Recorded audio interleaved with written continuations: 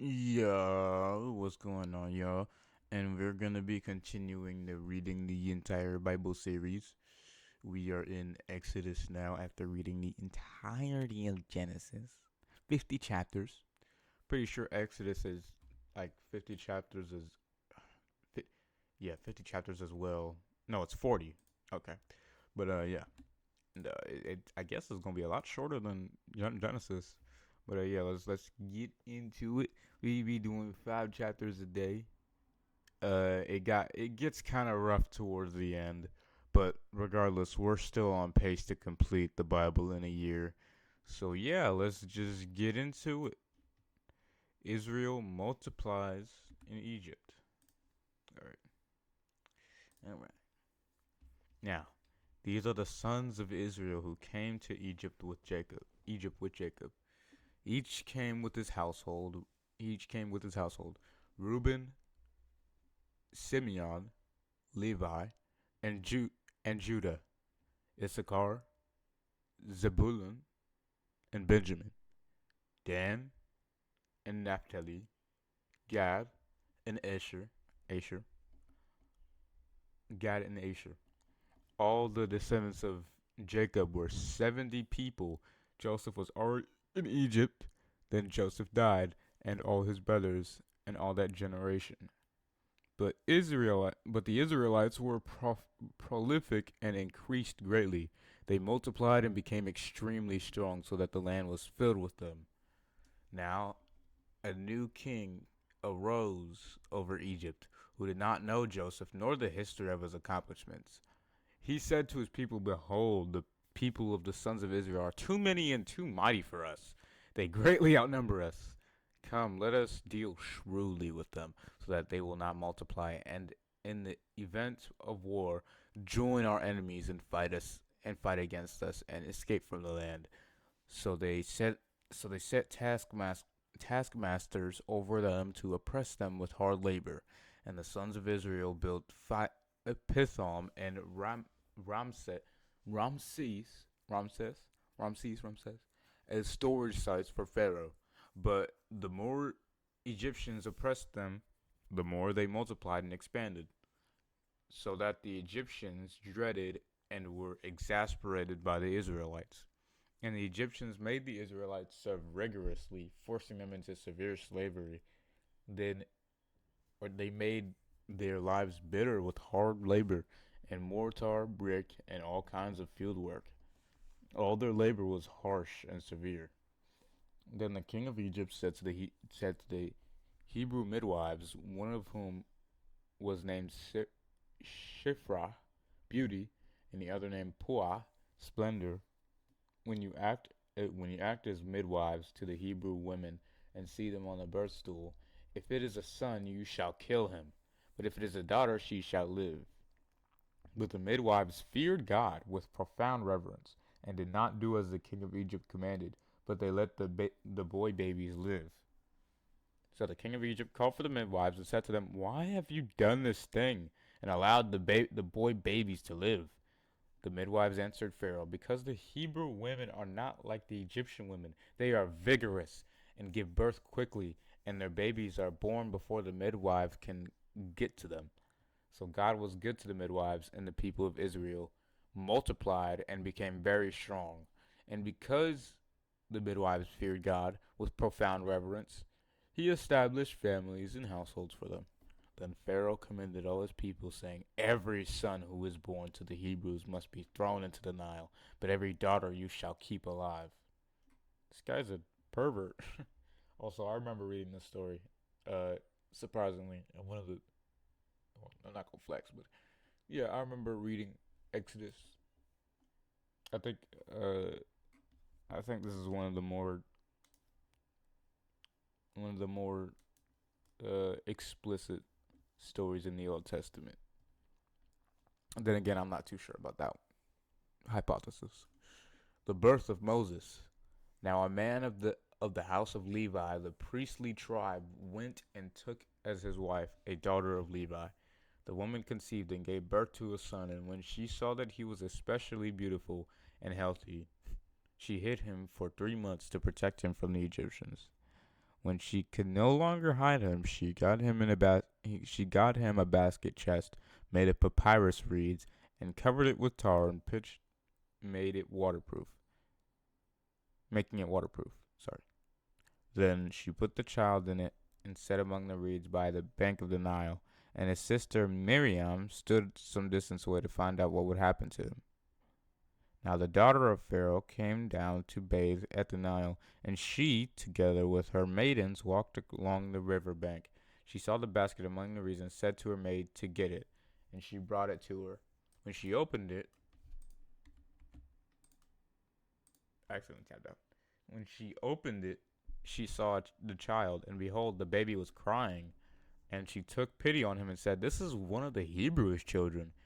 Then his sister said to Pharaoh's daughter, "Shall I go? Shall I go and call a wet nurse from the Hebrew woman to nurse the child for you?" And Pharaoh's daughter said to her, "Go ahead." So the girl went and called the child's mother. Then Pharaoh's daughter said to her, "Take this child away and nurse him for me, and I will give you your wages." So the woman took the child and nursed him. And the child grew, and she brought him to Pharaoh's daughter, and he became her son. And she named him Moses. And she said, "Because I have drew him out of the water." One day, after Moses had grown into adulthood, it happened that he went to his countrymen and looked with compassion at their hard labors. And he saw an Egyptian beating a Hebrew, one of his countrymen. He turned to look around and see no one. He killed the Egyptian and hid him in the sand. He went the next day and saw two Hebrew men fighting with each other. And he said to the aggressor, "Why are you striking your friend?" But the man said, "Who are you? Who made you a prince and a judge over us? Did you intend to kill me as you killed the Egyptian?" Then Moses was afraid and said, "Certainly this incident is known." Moses escapes to Midian. When Pharaoh heard about this matter, he tried to kill Moses. Then Moses fled from Pharaoh's presence and took refuge in the land of Midian, where he sat down by a well. Now the priest of Midian had 7 daughters, and they came and drew water from the well where Moses was resting, and filled the troughs to water their father's flock. Then shepherds came and drove them away, but Moses stood and helped them and watered their flock. When they came to Reuel, Jethro, their father, he said, "How is it that you have come back so soon today?" They said, "An Egyptian saved us from the shepherds, even drew water from the well for us and watered the flock." They think he's an Egyptian, I guess. He's not. He's a Hebrew. Then he said to his daughters, "Where is he? Why have you left the man behind? Invite him to have something to eat." Moses was willing to remain with the man, and he gave Moses his daughter, Zipporah, to be his wife. She gave birth to a son, and he named him Gershom, stranger, for he said, "I have been a stranger in a foreign land." Now, it happened after a long time, about 40 years, that the king of Egypt died, and the children of Israel, Jacob, groaned and sighed because of the bondage, and they cried out, and their cry for help because of their bondage ascended to God. So God heard their groaning, and God remembered his covenant with Abraham, Isaac, and Jacob, Israel. God saw the sons of Israel, and God took notice of them and was concerned about them, knowing all, understanding all, and remembering all. The burning bush. Uh-oh. Guys, it's a Jesus prophecy. It's a Jesus prophecy. Alright. I'm not wrong about that, by the way. This is a Jesus prophecy. Well, not Jesus prophecy, but more like just Jesus appearing in the Old Testament. Okay, OBS. Come on now. Stop. Alright now, OBS. What are we doing?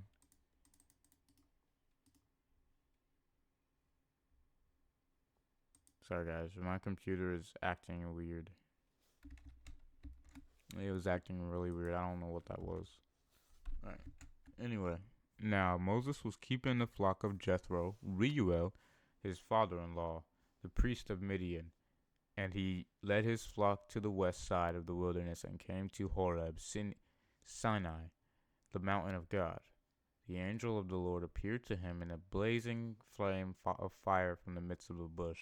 And he looked, and behold, the bush was on fire, yet it was not consumed. So Moses said, I must turn away from the flock and see this great sign. Why the bush is not burned up? When the Lord saw that he had turned away from the flock to look, God called him from the midst of the bush and said, Moses, Moses. And he said, Here I am. Then God said, Do not come near.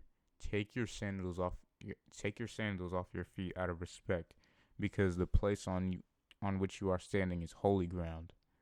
Then he said, I am the God of your father, the God of Abraham, the God of Isaac, and the God of Jacob. Then Moses hid his face because he was afraid to look at God. The Lord said to him, I have in fact seen the affliction, suffering, desolation of my people who are in Egypt, and I have heard their cry because of their taskmasters, oppressors, for I know their pain and suffering. So I have come down to rescue them from the hand power of the Egyptians, and to bring them up from that land, to a land that is good and spacious, to a land flowing with milk and honey, and a land plenty and honey, a land of plenty, to the place of the Canaanite, the Hittite, the Amorite, the Perizzite, the Hivite, and the Jebusite. Now behold, the cry of the children of Israel has come to me, and I have also seen how the Egyptians oppressed them. The mission of Moses. Therefore, come, and I will send you to Pharaoh, and then bring my people, the children of Israel, out of Egypt. But Moses said to God, Who am I that I should go to Pharaoh, and that I should bring the children of Israel out of Egypt? And God said, Certainly I will be with you, and this shall be the sign to you that it is it is I who have sent you. When you have brought the people out of Egypt, you shall serve and worship God at this mountain. Then Moses said to God, Behold, when I come to the Israelites and say to them, The God of your fathers' ancestors has sent me to you, and they say to me, What is his name? What shall I say to them? God said to Moses, I am who I am. And he said, You shall say this to the Israelites, I am has sent me to you. Then God said to Moses, This is what you shall say to the Israelites, The Lord, the God of your fathers, the God of Abraham, the God of Isaac, and the God of Jacob, Israel, has sent me to you. This is my name forever, and this is my memorial name to all generations. Go gather the elders, tribal leaders of Israel together, and say to them, The Lord, the God of your fathers, the God of Abraham, of Isaac, and of Jacob, appeared to me, saying, I am indeed concerned about you and what has been done to you in Egypt.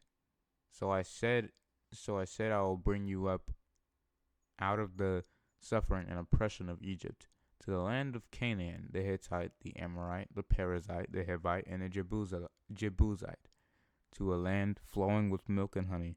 The elders of the tribes will listen and pay attention to what you say, and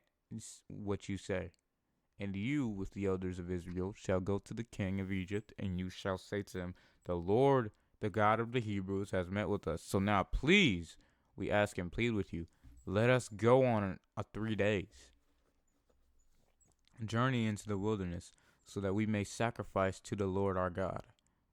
But I know that the king of Egypt will not let you go unless he is forced by a strong hand. So I will reach out my hand and strike Egypt with all my wonders, which I shall do in the midst of it. And after that, he will let you go. And I will grant this people favor and respect in the sight of the Egyptians. Therefore, it shall be that when you go, you will not go empty-handed. But every woman shall insistently ask her neighbor and any woman who lives in her house for articles of silver and articles of gold and clothing, and you shall put them on your sons and daughters. In this way, you are to plunder the Egyptians, leaving bondage with great possessions that are rightfully yours.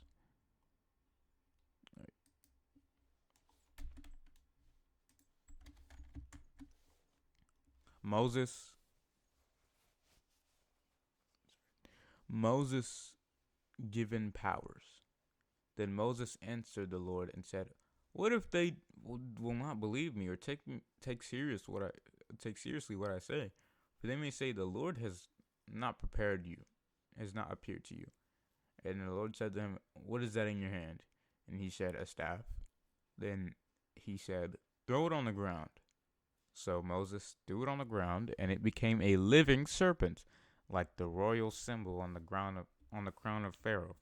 And Moses ran from it.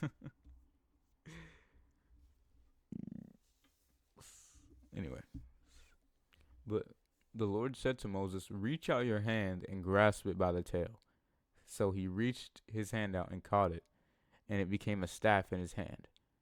"You shall do this," said the Lord, "so that the elders may believe that the Lord, the God of their fathers, the God of Abraham, the God of Isaac, and the God of Jacob, has most certainly appeared to you." The Lord also said to him, "Put your hand in your robe, where it covers your chest."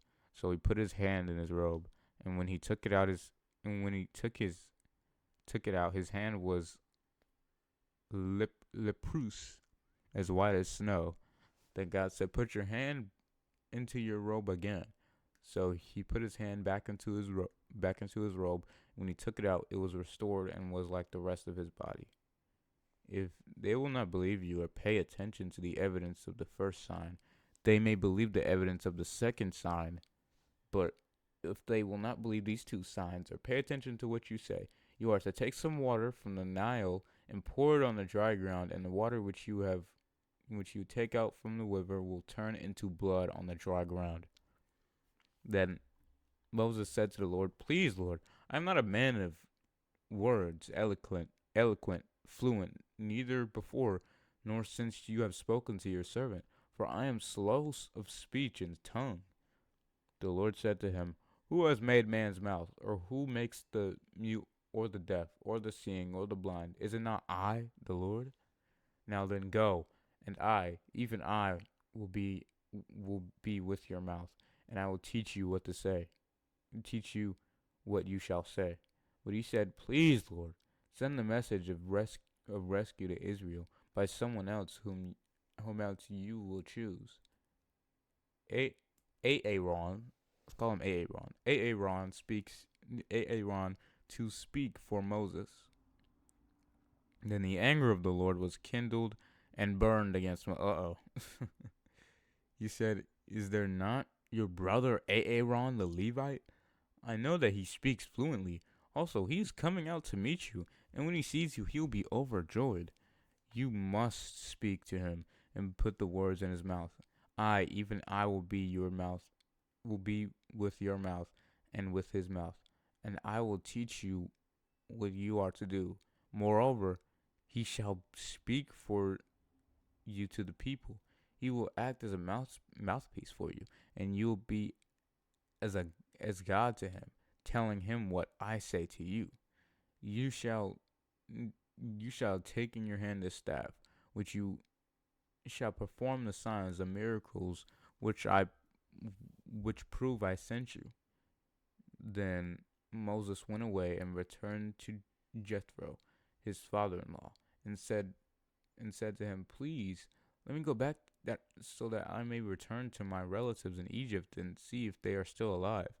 And Jethro said to Moses, "Go in peace." Then the Lord said to Moses in Midian, "Go back to Egypt, for all the men who were seeking your life for killing the Egyptian are dead." So Moses took his wife Zipporah and his sons Gershom and Eliezer and seated them on donkeys and returned to the land of Egypt. Moses also took the staff of God in his hand. The Lord said to Moses, "When you return to Egypt, See that you perform before Pharaoh, and all the wonders, miracles which I have put in your hand. But I will harden his heart and make him stubborn, so that he will not let the people go. Then you shall say to Pharaoh, Thus says the Lord, Israel is my son, my firstborn, so that I may say to you, Let my son go, that he may serve me. And if you refuse to let him go, behold, I will kill your son, your firstborn. Now it happened at the lodging place that the Lord met Moses and sought to kill him, making him deathly ill because he had not circumcised one of his sons. Let me go down. Then Zipporah took a flint knife and cut the foreskin off her son and threw it at Moses' feet and said, Indeed, you are a husband of blood to me. So he let Moses alone to recover. At that time, Zipporah said, You are a husband of blood because of the circumcision. The Lord said to Aaron, Go in the wilderness to meet Moses. So he went and met him at the mountain of God, Sinai, and kissed him. Moses told Aaron all the words of the Lord which he had sent to him, and all the signs that he had commanded him to do.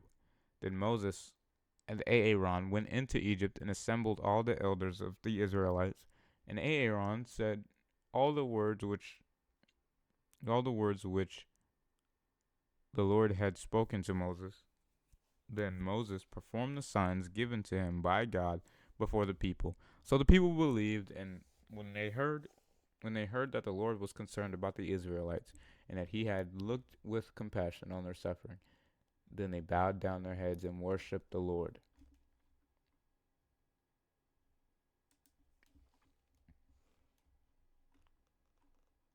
Israel's labor increased. Yikes. Afterward, Moses and Aaron came and said to Pharaoh, Thus says the Lord, the God of Israel, Let my people go, so that they may celebrate a feast to me in the wilderness. But God said to Pharaoh, but Pharaoh said, Who is the Lord that I should obey his voice to let Israel go? I do not know the Lord, nor will I let Israel go. Then they said, The God of the Hebrews has met with us. Please let us go on a 3 days journey in the wilderness and sacrifice to the Lord our God, so that he does not discipline us with pestilence or with the sword. But the king of Egypt said to Moses and Aaron, Why do you take the people away from their work? Get back to your burdens.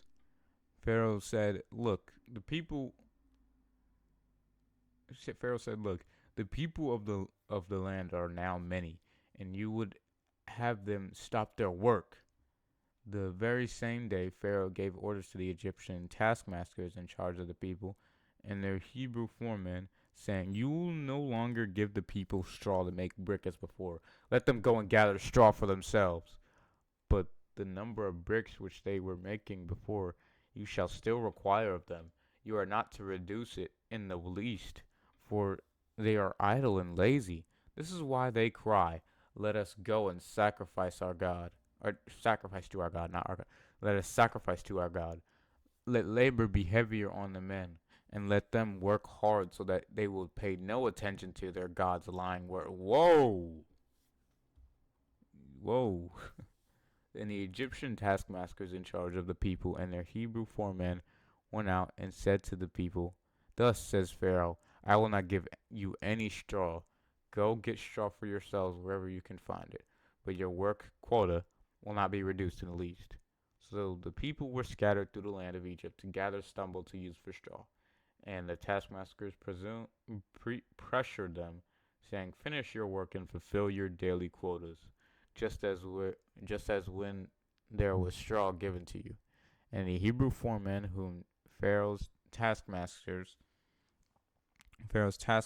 had set before them were beaten, and were asked, Why have you not fulfilled your required quota of making bricks yesterday and today as before? Then the Hebrew foreman came to Pharaoh and cried, Why do you deal us deal us like this with your servants? No straw is given to your servants, yet they say to us, make bricks. And look, your servants are being beaten, but it is the fault of your own people.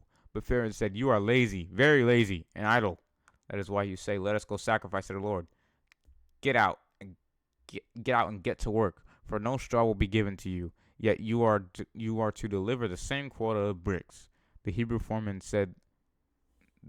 saw that they were in a bad situation because they were told, you must not reduce in the least your daily quota of bricks. When they left Pharaoh's presence, the foreman met Moses and Aaron, who were waiting for them. And the foreman said to them, may the Lord look upon you and judge you, because you have made us odios, something hated, in the sight of Pharaoh and his servants, and you have put a sword in their hand to kill us. Huh? Then Moses turned again to the Lord and said, O Lord, why have you brought harm and oppression to this people? Why do you ever send me? I cannot understand your purpose. Even ever since I came to Pharaoh to speak in your name, he has harmed and oppressed this people, and you have done nothing at all to rescue your people. That was 5, but I'm going to keep reading. God promises action. Then the Lord said to Moses, Nah, you shall see what I will do to Pharaoh, for under compulsion he will not only let them go, but under compulsion he will drive them out of this land. Then God spoke further to Moses and said to him, I am the Lord. I appeared to Abraham, to Isaac, and to Jacob, Israel, as mighty God El Shaddai, but my name, Lord, I did not make myself known to them. In actions and I did not make myself known to them. In acts and great miracles, I also established my covenant with them to give them the land of Canaan, the land in which they lived as strangers, temporary residents, foreigners. And I have also heard the groaning of the sons of Israel, whom the Egyptians have enslaved, and I have faithfully remembered my covenant with Abraham, Isaac, and Jacob.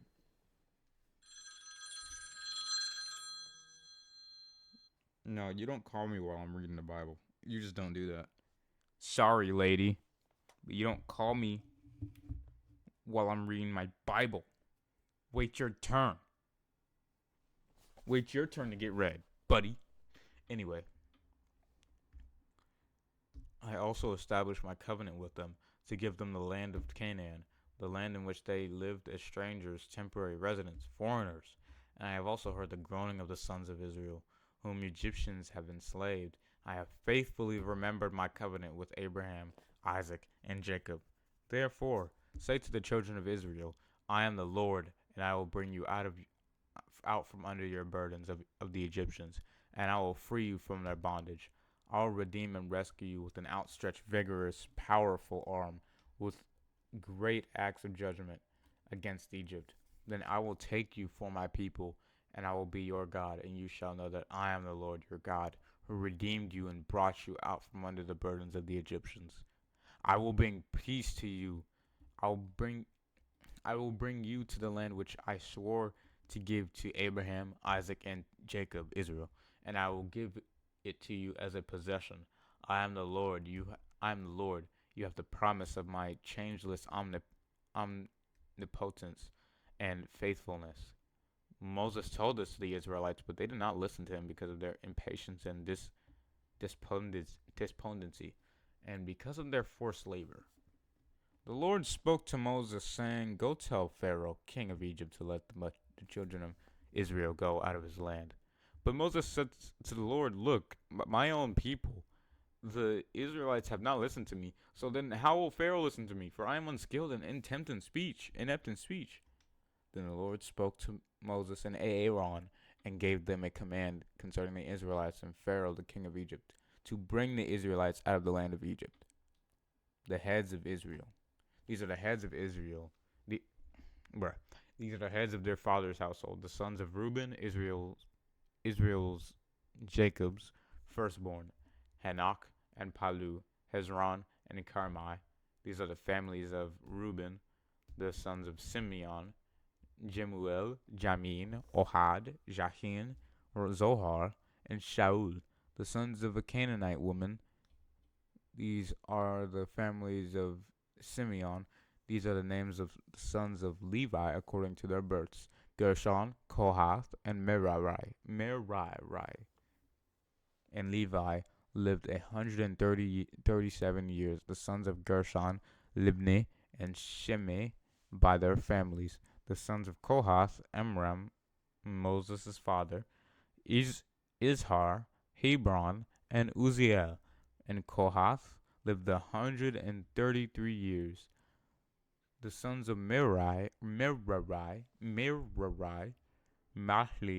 and Mushi. These are the families of Levi according to their generations. Amram married his father's sisters. Father's sister, not sister, bruh. Amram married his father's sister, Jochebed, and she gave birth to Aaron and Moses.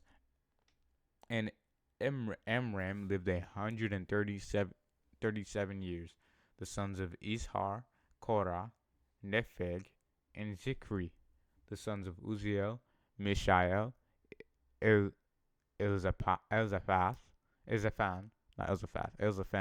and Sithri, Aaron. Aaron married Elisheba, the daughter of Iminadab,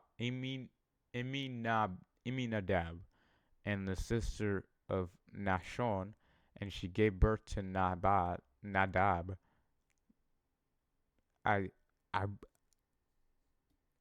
Abihu, Eliezer, and Ithamar. The sons of Korah, Asir, Elkanah, and Abiyasaph. What are these names? These are the extended families of the Korahites. Eliezer, Aaron's son, married one of the daughters of Putiel, and she gave birth to Phinehas. These are the heads of the father's household of the Levites by their families. These are the same Aaron and Moses to whom the Lord said, "Bring the children of Israel out of the land of Egypt by their armies." They were the ones who spoke to Pharaoh, king of Egypt, about bringing the Israelites out of Egypt. These are the same Moses and Aaron. Now it happened on the day with oh gosh, I don't press something I wasn't supposed to press. Now it happened on the day where the Lord spoke to Moses in the land of Egypt, that he said, "I am the Lord. Tell Pharaoh, king of Egypt, everything that I have said to you." But Moses said before the Lord, "Look, I am unskilled and inept in speech. How then will Pharaoh listen to me and pay attention to what I say?" So Moses is the problem. not God. Moses is. Yeah. But anyway, I don't mind reading this story again because it's kind of interesting. Especially we see character development with Moses. And he gets more serious, I guess you could say. All right, God bless.